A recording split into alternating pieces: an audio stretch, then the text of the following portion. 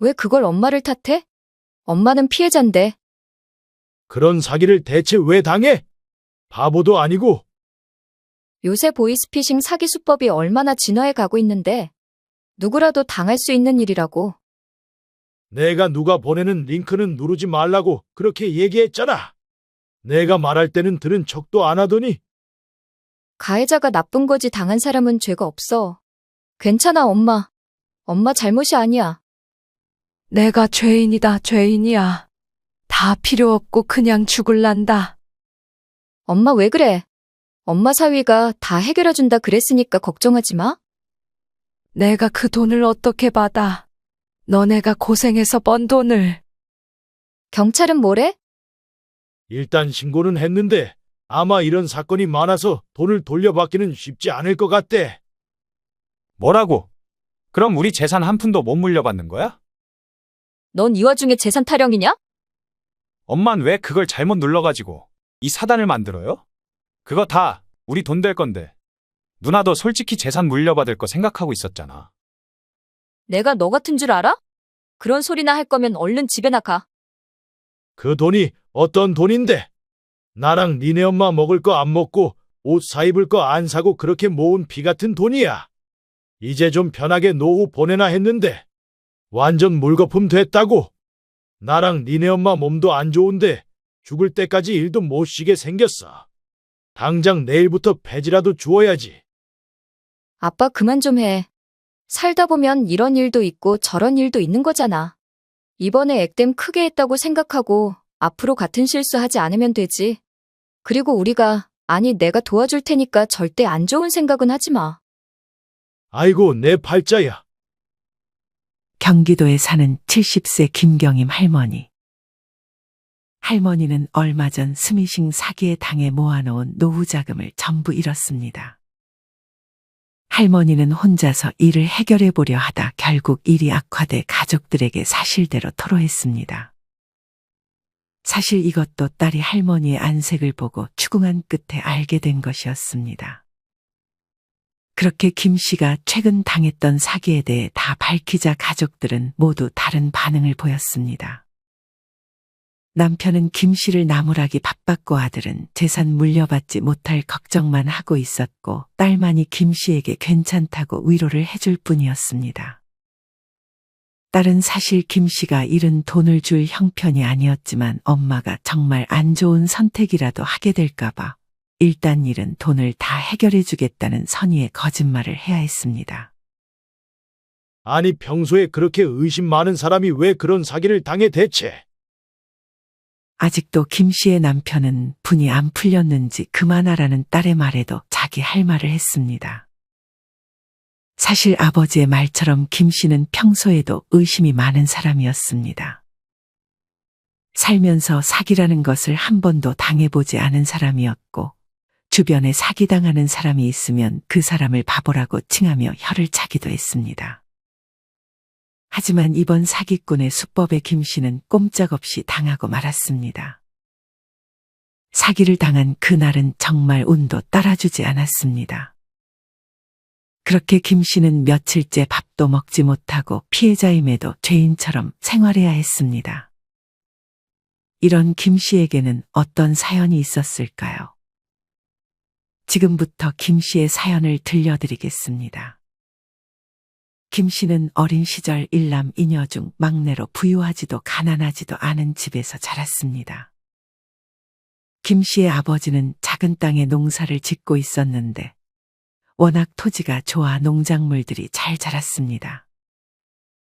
그렇게 김 씨의 아버지는 홀로 농사를 지으며 몸이 아팠던 아내와 자식들을 먹여 살렸습니다.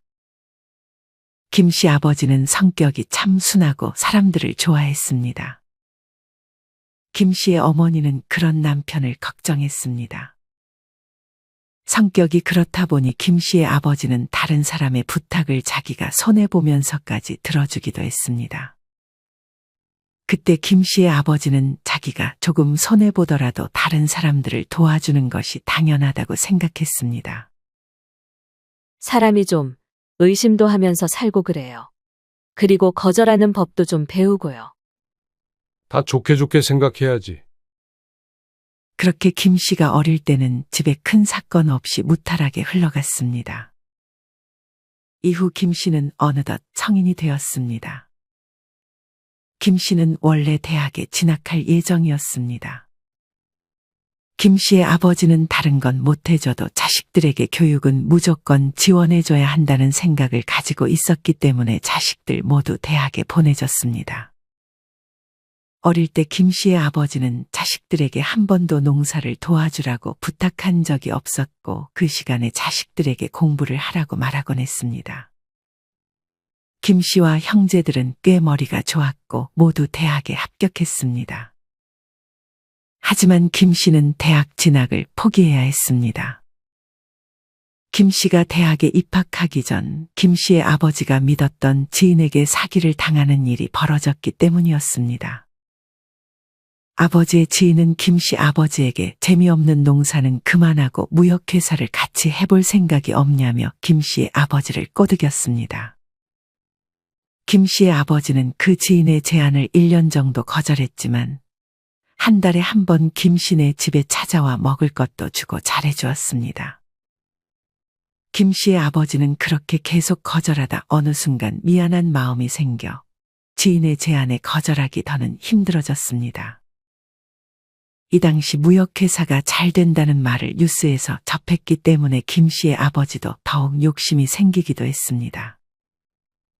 김 씨 아버지는 농사를 동생에게 맡기고 가족들과 이사까지 했습니다. 그리고 모아놓은 돈 모두 지인에게 사업자금이랍시고 건네 무역회사 설립을 준비하고 있었습니다. 그렇게 바쁜 하루하루를 보내고 있던 김 씨의 아버지는 그날도 어김없이 일 처리를 위해 지인에게 전화를 걸었습니다. 하지만 그 지인은 전화를 받지 않았습니다. 김 씨의 아버지는 그날 하루 종일 지인이 전화를 받지 않았음에도 무슨 사정이 있겠지 생각하며 안일하게 대처했습니다. 이후 지인이 돈을 가지고 도망갔다는 사실이 밝혀졌지만 김 씨의 아버지는 계속 현실을 부정했습니다. 하지만 그런다고 바뀌는 것은 아무것도 없었습니다. 김 씨의 아버지는 혼자 일을 해결해 보려 했지만 혼자서 할 수 있는 것은 아무것도 없었습니다. 다행히 다른 투자자들을 끌어들인 것도 아니고 애초에 대출을 끼고 하지는 말자고 합의를 봤기 때문에 빚이 생기진 않았습니다. 하지만 이 일로 김 씨는 이제껏 농사를 지으며 벌었던 돈을 모두 잃게 됐습니다. 김 씨의 아버지는 그렇게 다시 시골로 내려가야 했습니다. 여기 더 있다가는 정신이 어떻게 돼버릴 것만 같았습니다. 김 씨의 아버지는 이 사실을 힘겹게 아내에게 말했습니다. 다시 고향으로 내려가야 할 것 같아. 김 씨의 어머니는 더는 남편에게 캐묻지 않았습니다. 아마 표정만 봐도 뭔가 잘못됐구나 하는 것을 짐작했던 것 같았습니다. 그렇게 김 씨의 어머니는 이제껏 힘들게 살아온 남편이 그저 안쓰러워 보일 뿐이었습니다. 고생했어요. 여기 사는 것도 별로였는데 다시 고향으로 내려간다니 너무 좋네요. 거기서 다시 시작하면 되죠. 그렇게 김 씨의 부모님은 다시 시골로 내려갔고 당장 김 씨의 대학 등록금을 마련해 줄 수 없다는 사실을 딸에게 알려야 했습니다. 김 씨는 그런 아버지를 이해했습니다. 오히려 돈을 벌어 얼른 부모님에게 도움이 되고 싶었습니다. 그렇게 김 씨는 대학 대신 바로 일을 했습니다. 김 씨는 아버지가 사기를 당한 것은 주변에 있던 사람 때문이라고 생각해 성인이 되고 만나는 사람마다 경계했습니다. 그리고 항상 처음 보는 사람은 의심부터 했습니다. 그렇게 김 씨의 남편도 사람을 경계하는 김 씨에게 다가가기가 쉽지 않았습니다. 하지만 오랜 헌신 덕에 결국 김 씨는 남편에게 마음을 열었습니다. 김 씨는 그렇게 결혼을 해 남편과 일남 일녀의 자녀를 낳았습니다. 김 씨는 자식들을 가르칠 때도 항상 사람이 가장 위험하다는 말을 많이 했습니다. 정훈아, 가족 말고는 아무도 믿지 마. 어쩔 때는 가족도 믿지 말고 너 자신만 믿어. 아들이 항상 인간관계에 문제가 생길 때면 김 씨는 이렇게 조언했습니다. 그렇게 김 씨의 자녀들은 성인이 되었고 김 씨는 자신이 가지 못했던 대학교를 자식들은 전부 보내줬습니다. 그렇게 김 씨는 자기가 그랬던 것처럼 자식들이 20살이 되자 다 독립시키고 평온하게 노후를 보내고 있었습니다. 이때쯤 김 씨는 아직까지도 사람을 잘 믿지 않았지만 사람이랑 돈 거래만 하지 않으면 된다는 생각에 모임에도 나가고 했습니다. 모임에서 김 씨에게 돈을 빌리려는 친구가 있었는데 김 씨는 단돈 몇천 원이라도 돈 거래를 하지 않았습니다. 지인들은 그런 김 씨를 보며 인색하다고 험담을 하기는 했지만 김 씨는 단호했습니다. 오히려 돈을 빌리려는 지인들에게 원래 돈거래는 하는 거 아니라고 가르치기까지 했습니다. 그래도 그런 것 빼고는 성격이 꽤 좋았던 김 씨였기에 김 씨를 따르는 지인들도 많았습니다. 성인이 되고 나서부터 가치관이 뚜렷해 보이고 뭔가 눈빛에 자신감이 있어 보였던 김 씨를 멋있게 보는 지인도 있었습니다. 김 씨는 기가 셌고 어느 자리든 주도하는 성격을 가지고 있기도 했습니다. 그러던 어느 날 김 씨는 지인들과 식사를 하고 있었는데 원래 오기로 했던 지인 한 명의 모습을 비추지 않고 있었습니다. 정은이는 왜 안 와? 김 씨는 의아해 다른 지인에게 물었습니다. 아, 너 소식 못 들었어? 걔 보이스피싱인지 뭔지 당했대. 아이고 어쩌다가. 엊그제 통화해보니까 무슨 검찰에서 정은이 이름으로 대포통장이 만들어졌다면서 연락이 왔었나 봐. 그러고는 금융감독원에서 연락이 갈 거라고 했대. 조금 있다가 금융감독원 직원이라는 사람 전화를 받았대. 그러면서 경찰, 검찰이 합동 수사 중에 있다고 겁을 주고 무혐의를 입증하고 범인을 검거하려면 본인 계좌의 통장 거래 내역이랑 카드 사용 확인이 필요했다고 했나 봐. 그러더니 지금부터는 수사상 보안을 유지해야 한다고 하면서 스피커폰으로 돌려놓고 OTP 카드인가? 거기 생성되는 번호를 알려달라고 했대. 처음에는 걔도 망설이다가 수사에 협조하지 않으면 구속될 수 있다는 말에 겁을 먹고 순순히 사기꾼 지시대로 따르다가 800만 원을 사기당했대. 이게 내 주변에도 일어나니 좀 무섭네. 그런 걸 대체 왜 속아? 이해할 수가 없어. 난 그런 거는 바보들이나 당하는 거라고 생각해. 김 씨는 이때까지만 해도 그런 사기를 당한 것은 사기를 당한 사람이 주의를 하지 않아서라고 생각했습니다. 사실 김 씨의 아버지가 사기를 당할 때도 김 씨는 아버지 탓을 하기도 했습니다. 김 씨는 아버지가 너무 사람을 쉽게 믿었다고 생각했습니다. 그게 막상 자기한테 닥치면 사기인지 구별하기가 쉽지 않대. 그리고 워낙 사기 수법들이 교묘해지고 있어서 방심하면 안 된다고. 김 씨는 자기는 절대 그런 일을 당하지 않을 거라며 자식들에게도 항상 주의하라고 얘기를 해와서 그런 일은 자기와는 거리가 먼 일이라고 생각했습니다. 하지만 김 씨가 모임에서 한 말을 누군가 보이스피싱 당한 친구에게 전했는지 보이스피싱을 당한 그 친구는 김 씨에게 전화가 와 어떻게 그런 말을 할 수 있냐고 따졌습니다. 김 씨는 그 말을 듣고 사과했습니다. 하지만 그 친구가 바보여서 그런 일을 당했다는 생각은 바꾸지 않았습니다. 그렇게 김 씨의 자식들은 대학을 졸업하고 딸은 취직을 하고 아들은 자영업에 도전했습니다. 김 씨는 아들이 회사를 다니기를 희망했지만 어릴 때부터 자기 가게를 열고 싶다는 의지가 강했던 아들을 말릴 수 없었습니다. 김 씨 주변에도 자영업을 하는 사람들이 많았는데 자영업은 정말 극한 직업 중에서도 극한 직업처럼 느껴져 걱정을 많이 했습니다. 아들, 웬만하면 회사 다시 나가 돈 좀 모으고 가게 차리는 게 어떻겠니? 엄마, 기회는 바로 지금이에요. 그런 이유로 미루면 영영 못하게 될 거라고요. 김 씨는 아들의 의지를 꺾지 못했습니다. 아들의 가게는 처음에는 굉장히 잘 됐습니다. 아들은 정말 맛있게 음식을 만들었고 아이디어가 좋아 손님들이 호기심을 가질 만한 음식들을 잘 만들었습니다. 그러다가 SNS에서 아들 가게의 음식이 널리 퍼지면서 크게 성공하는 듯 싶었습니다. 이러다가 진짜 회장님 소리 듣는 거 아니야? 아들은 날이 갈수록 기고만장해지기 시작했습니다. 아들은 또 이때가 기회다 싶어 대출을 받아 가게 2호점, 3호점으로 가게를 확장시키기 시작했습니다. 그렇게 지점을 늘렸을 때도 매출은 줄지 않았습니다. 하지만 기대만큼 매출이 증가했던 것도 아니었습니다. 김 씨는 이때부터 불안감을 느꼈지만 아들은 그래도 매출이 줄지 않는 것에 만족해하고 있었습니다. 하지만 여러 가게를 동시에 관리한다는 것은 쉬운 일이 아니었습니다. 게다가 김 씨가 만든 음식의 인기는 사실 거품이 많이 껴 있었는데 그 거품이 빠르게 꺼져가고 있었습니다. 김 씨의 불행한 예감대로 그리 오랜 시간이 지나지 않아 아들의 가게는 점점 손님이 줄기 시작했습니다. 음식 맛은 갈수록 참으로 좋았지만 손님이 거의 없었습니다. 아들은 너무 음식 맛에만 집착한 나머지 마케팅 같이 손님을 끌어들이는 기술에 대해서는 전혀 신경 쓰지 않고 있었습니다.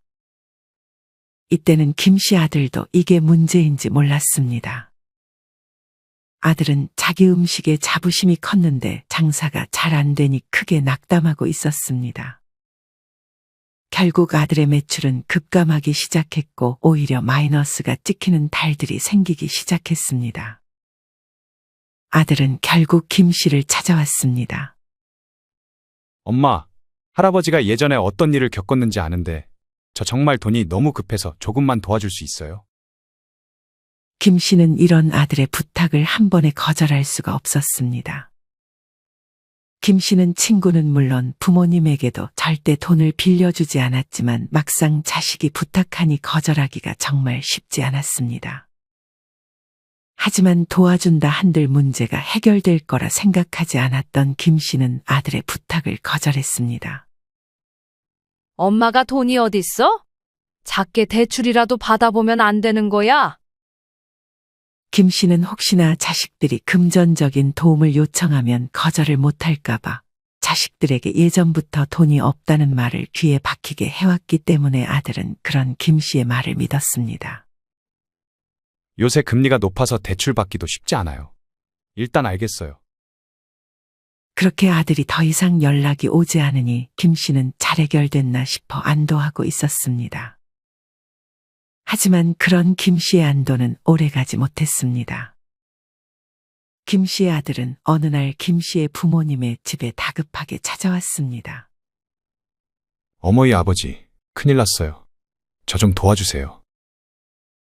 밤늦은 시간에 울먹이며 뜬금없이 도와달라는 아들의 말에 김 씨와 남편은 무슨 영문인지 싶었습니다. 뭔 일인데 그래? 김 씨는 걱정 어린 눈으로 아들에게 물었습니다.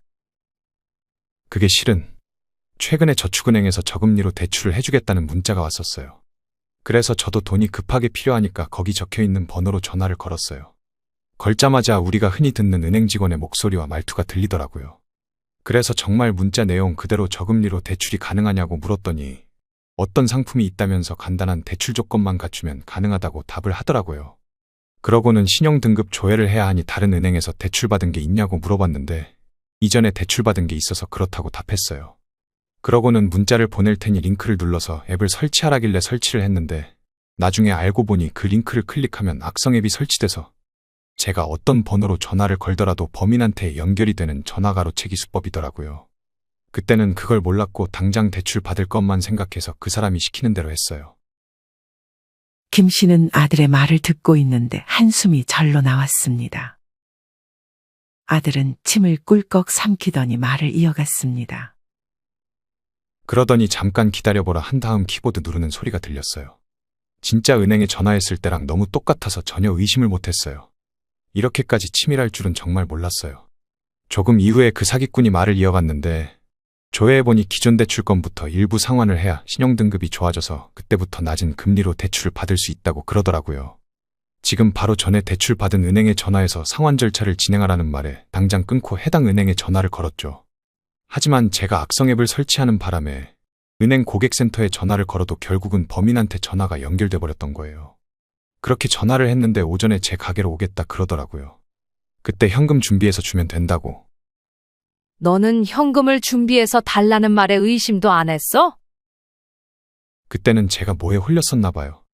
그게 유일한 동아줄이라고만 생각하니까 다른 건 아예 보이지도 않았어요. 결국 그게 썩은 동아줄이었지만 김 씨는 하고 싶었던 말이 정말 많았지만 이제 와서 그런 말을 한들 무슨 소용이 있겠나 싶어 말을 아꼈습니다. 그래서 얼마를 손해봤는데? 2천만 원이요. 문제는 그게 없으면 이제 가게 문을 닫아야 된다는 거예요. 엄마 저 어떡하죠? 김 씨는 아버지와 상의해보고 말해주겠다며 일단 아들을 돌려보냈습니다. 그러고는 결혼할 때 결혼자금으로 주려고 했던 2천만 원을 지금 주겠다고 아들에게 전했고 그렇게 돈을 주면서 이제 줄 돈 없으니 더 이상의 지원은 없다고 신신당부했습니다. 김 씨는 자기 주변에서 심지어 아들이 이런 일을 당한 것이 참으로 수치스러웠습니다. 자식들에게 충분히 주의를 줬던 것 같은데 이게 막상 그런 상황이 닥치면 당할 수도 있는 건가 처음으로 그런 생각이 들기도 했습니다. 이후 이 얘기가 어떻게 퍼졌는지 김 씨가 있는 모임에서도 김 씨의 아들이 사기를 당했다는 사실을 다 알고 있었습니다. 아마 남편이 친구한테 말했는데 그 친구가 이곳저곳 말하고 다니다가 동네에 소문이 퍼진 것 같았습니다. 김 씨는 창피하면서도 남편의 입단속을 시키지 못한 것을 후회했습니다. 김 씨의 아들이 보이스피싱에 당했다는 사실을 알자 예전에 보이스피싱에 당했던 모임 지인은 그런 김 씨를 조롱했습니다. 언니 아들 사기당했다며? 거봐, 이게 당사자가 되면 당할 수도 있는 거라니까. 그니까 함부로 얘기하면 안 되는 거야. 김 씨는 그 말을 듣고 분했지만 아무 말도 할 수 없었습니다. 그러자 그 지인은 기가 살았는지 말을 이어갔습니다. 사기당한 사람들 다 바보라더니 언니 아들도 바보인 건가? 김 씨는 밥을 먹던 숟가락을 세게 탁 내려놓고 그 모임 자리를 빠져나왔습니다. 하지만 자업자득이라고 김 씨의 편을 들어주는 사람은 없었습니다. 그렇게 시간이 흘러 이 일도 다 잊혀지는 듯 했습니다. 어느 날 김 씨에게 전화가 한 통 왔습니다. 우체국 집배원인데 카드 배달해 드릴 거예요. 지금 집에 계세요? 그날 잠깐 외출 중이었던 김 씨는 답했습니다. 저 집안인데 어떡하죠? 그리고 저 카드 신청한 적이 없는데. 무슨 카드예요? 김 씨는 혹시나 자기가 잊어버렸나 싶어 재차 물었습니다. 그러고는 자신을 우체국 집배원이라고 소개한 사람은 신한카드라고 말하면서 김 씨의 전화번호와 이름까지 말했습니다. 하지만 김 씨는 살면서 신한은행에는 방문한 적이 단 한 번도 없었습니다. 김 씨는 이때 보이스피싱이라는 것을 알아챘습니다. 사기꾼은 김 씨가 속고 있다고 생각했는지 지금 바로 자기가 알려주는 번호로 전화를 하라고 했습니다. 하지만 김 씨는 범인이 알려준 전화번호로 전화하지 않고 해당 은행 고객센터로 전화를 걸었습니다. 그러고는 카드 신청한 적 없는데 카드가 발급되었다고 했더니 은행 직원이 보이스피싱이라는 것을 김 씨에게 다시금 확인시켜줬습니다. 은행 직원은 최근 그런 전화가 자주 온다니 주의하라고도 말했습니다. 김 씨는 이 일을 겪고 자기는 그런 사기에 당하지 않았다는 것에 크게 뿌듯해하고 있었습니다. 그러고는 모임 지인들에게 할 말이 생겨 바로 자리를 마련했습니다. 김 씨는 지인들이 다 도착하자마자 보이스피싱범한테 전화가 왔는데 속지 않았다는 것을 강조해서 말했습니다. 김 씨는 아들이 보이스피싱 당한 것에 자존심이 상해 있었는데 이 일로 자존심이 회복된 느낌마저 들었습니다. 겨우 이런 일로 자존심이 왔다 갔다 하나 하는 생각이 들 수 있지만 김 씨는 내심 불안해했습니다. 자기도 막상 당사자가 되면 사기를 안 당할 수 있을지 말이죠. 하지만 이렇게 보이스피싱범을 상대로 잘 대처했더니 한동안 기분이 좋았습니다. 하지만 이 좋은 기분은 그리 오래 가지 못했습니다. 김 씨의 지인 중에 아버지가 아픈 지인이 있었습니다. 그 지인의 아버지는 오랫동안 병상에 누워 계셨는데 최근에 급히 위독해져서 김 씨도 많이 걱정하고 있었습니다. 그러던 중 김 씨에게 그 지인 아버지의 부고 문자가 왔습니다. 김 씨는 그때 남편과 외출할 채비를 하고 있었습니다. 김 씨는 그 문자를 받고 놀라서 문자 안에 있던 링크를 아무 생각 없이 클릭했습니다. 번호도 지인 번호로 날아온 문자라 정말 의심하지 못했습니다. 링크를 클릭하고 아주 잠깐 설마했지만 빨리 나오라고 재촉하는 남편 때문에 김 씨는 거기에 신경을 못 쓰고 부랴부랴 챙겨서 나갔습니다. 이 일이 있고 얼마 후 김 씨에게 문자가 왔습니다. 문자에는 김 씨의 이름으로 2억 원이 대출되어 있다는 내용이 들어 있었습니다. 김 씨는 이게 무슨 일인가 싶어 당장 은행에 전화를 걸었지만 때마침 은행 직원과 상담할 수 있는 시간이 끝나버려서 상담을 받을 수는 없었습니다. 김 씨는 대출을 한 적이 없었기 때문에 그냥 이것조차 장난치는 사기 문자라고 생각했습니다. 그러고는 혹시 몰라 다음날 은행에 다시 전화했습니다. 하지만 김 씨는 청천벽력과도 같은 말을 들어야 했습니다. 실제로 누군가 김 씨의 명의로 2억이라는 돈을 대출받은 것이었습니다. 김 씨는 손이 저리고 몸이 잘 움직이지 않았습니다. 순간 심호흡을 크게 여러 번 내뱉고 나서야 김 씨는 경찰서로 달려갔습니다. 김 씨의 말을 들은 경찰은 스미싱 사기라는 것을 간파했습니다. 아마 얼마 전 누른 부고 문자 링크 때문에 개인정보가 유출됐고 그걸 사기꾼들이 이용해 대출을 받았던 것 같다고 설명했습니다. 그럼 제 돈은 어떻게 되는 거예요? 김 씨에게 그게 어떤 사기인지보다 돈을 찾을 수 있는지 없는지만 중요했습니다.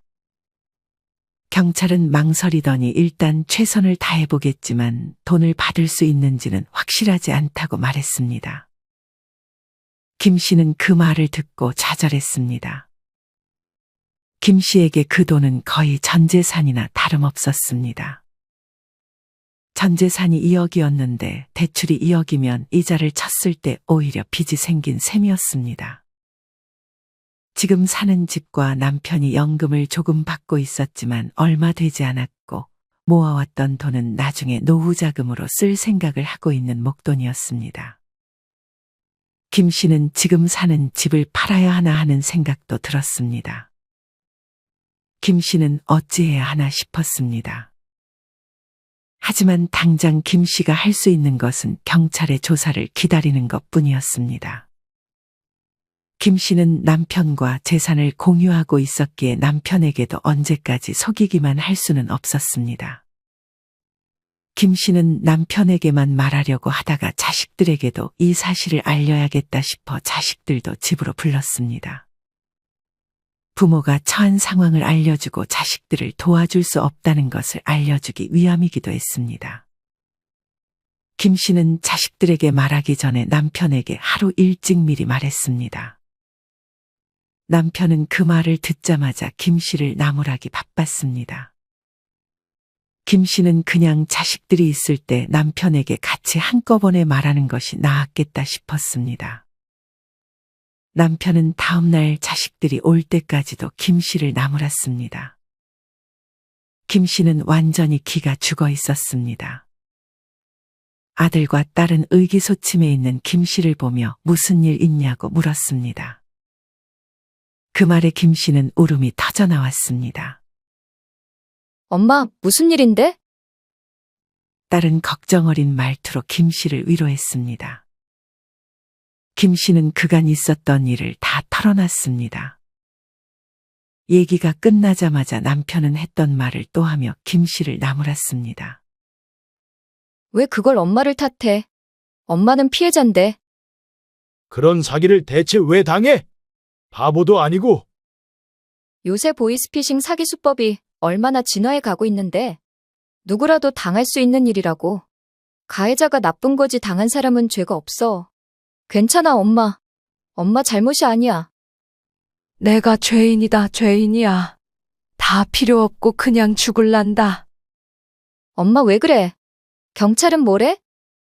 일단 신고는 했는데 아마 이런 사건이 많아서 돈을 돌려받기는 쉽지 않을 것 같대. 뭐라고?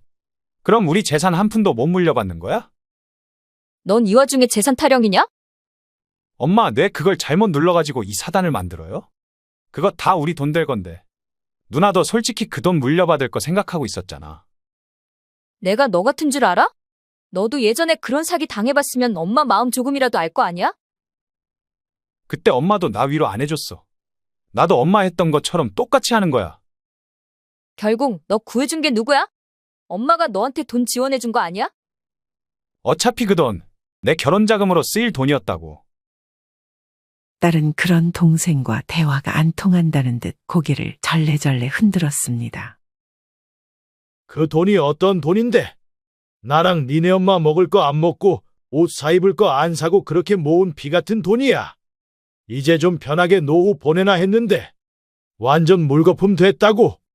나랑 니네 엄마 몸도 안 좋은데 죽을 때까지 일도 못 쉬게 생겼어. 당장 내일부터 폐지라도 주어야지. 아빠 그만 좀 해. 살다 보면 이런 일도 있고 저런 일도 있는 거잖아. 이번에 액땜 크게 했다고 생각하고 앞으로 같은 실수하지 않으면 되지. 그리고 아니 내가 도와줄 테니까 절대 안 좋은 생각은 하지 마. 이제부터 모르는 번호는 받지 말고 문자는 싹 다 무시하는 게 좋을 것 같아. 딸은 계속 김 씨를 위로했습니다. 그러고는 집으로 돌아가지도 않고 당분간은 집에 머무르겠다고 했습니다. 김 씨가 너무 걱정되었기 때문이었습니다.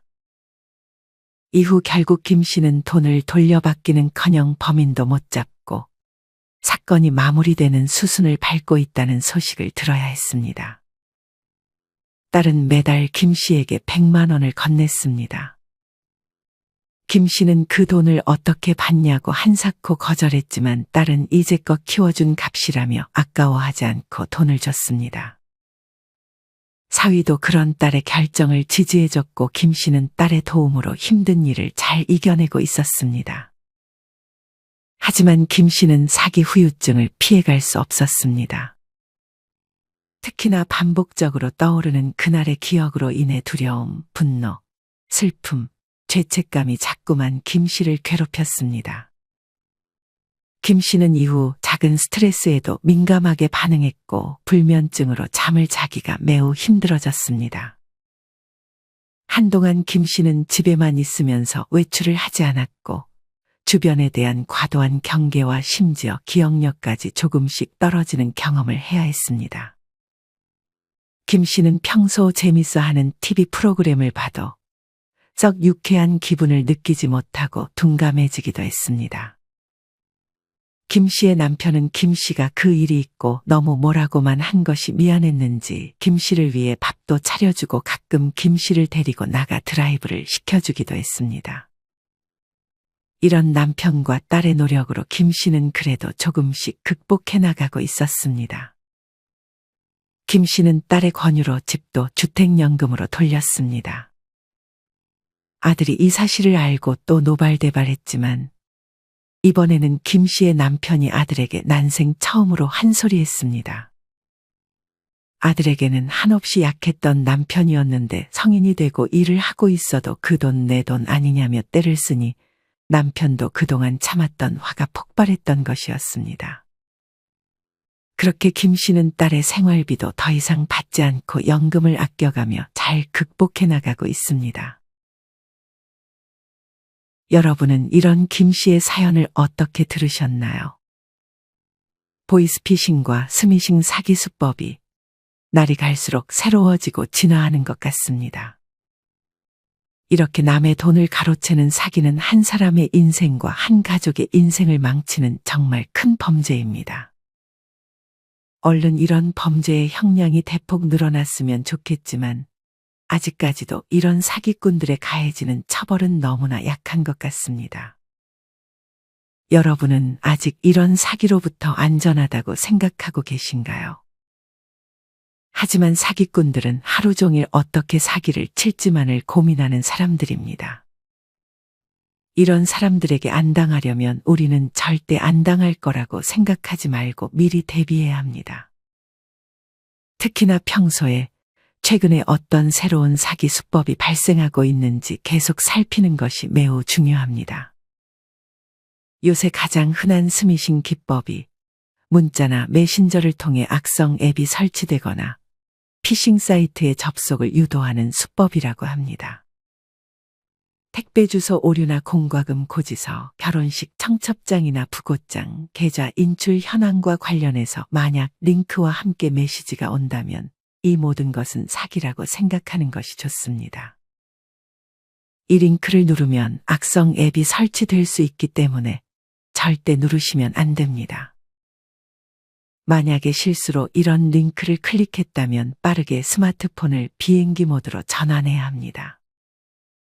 비행기 모드로 설정하게 되면 통신 기능이 모두 차단되기 때문에 피해를 막을 수 있고 이후에는 내가 사용하고 있는 카드 거래 중지를 재빨리 신청해야 합니다.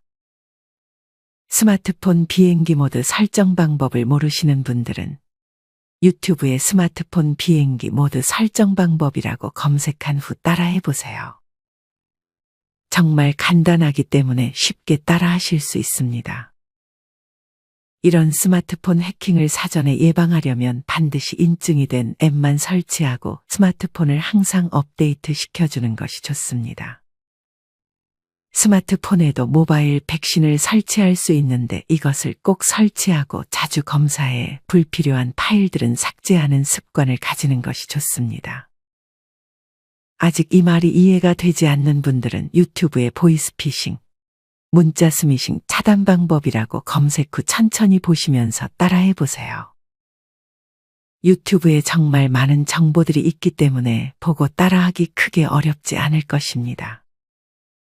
이 밖에도 은행에서 미리 보이스피싱이나 스미싱을 막을 수 있는 서비스를 신청할 수 있습니다. 그 중에서 전자금융 사기 예방 서비스를 꼭 신청해 주는 것이 좋습니다. 전자금융 사기 예방 서비스란 보이스피싱 혹은 피싱 사이트를 이용해 고객 정보를 불법적으로 획득한 후 고객 명의의 인증서를 재발급받아 고객의 예금을 인출해가는 전자금융 사기 피해를 예방하기 위해 본인 확인 절차를 강화하는 서비스입니다. 이런 것들을 귀찮다고 생각하지 마시고 시간을 꼭 내 신청하셨으면 좋겠습니다. 이런 서비스 신청은 한 번만 하면 되는 것이기 때문에 은행 방문하실 때 겸사겸사 신청을 꼭 해보세요. 이외에도 은행의 자연이체 서비스, 입금 계좌 지정 서비스, 단말기 지정 서비스, 고령자 지정인 알림 서비스 등 보이스피싱이나 스미싱 사기 예방을 위해 은행에서 제공하는 다양한 서비스들을 꼭 이용해 보는 것이 좋습니다. 귀찮다고 자꾸 미루게 되면 나중에 정말 큰 피해로 이어질 수 있습니다. 이런 범죄들에 잘못 걸리게 되면 내가 소중하게 모은 목숨과도 같은 내 노후 자금을 한순간에 잃어버릴 수 있습니다. 실제로 이런 사기에 휘말린 분들 중에 극단적인 선택까지 하거나 그런 생각을 하는 분들도 매우 많습니다. 이런 상황을 피하기 위해 그런 귀찮음을 감수하는 것이 대수일까요? 미리 대비한 분들만이 이런 범죄로부터 자유로워질 수 있습니다. 최근에 어떤 사기 수법이 기승을 부리는지 항상 체크하는 습관을 만들고 꼭 스마트폰의 악성 앱을 차단하도록 세팅하고 은행에 가서 관련 서비스들을 신청해 보셨으면 좋겠습니다. 여러분은 이런 보이스피싱, 스미싱 범죄에 미리 잘 대처하고 계신가요? 오늘 영상의 내용과 관련하여 여러분의 생각을 자유롭게 댓글 달아주세요. 이상으로 오늘의 영상을 마치겠습니다. 우리 모든 구독자분들이 사기 피해 없이 평안하고 행복한 노후를 보내시길 인생지혜가 응원하겠습니다. 다음에 더 좋은 내용으로 찾아뵙겠습니다. 감사합니다.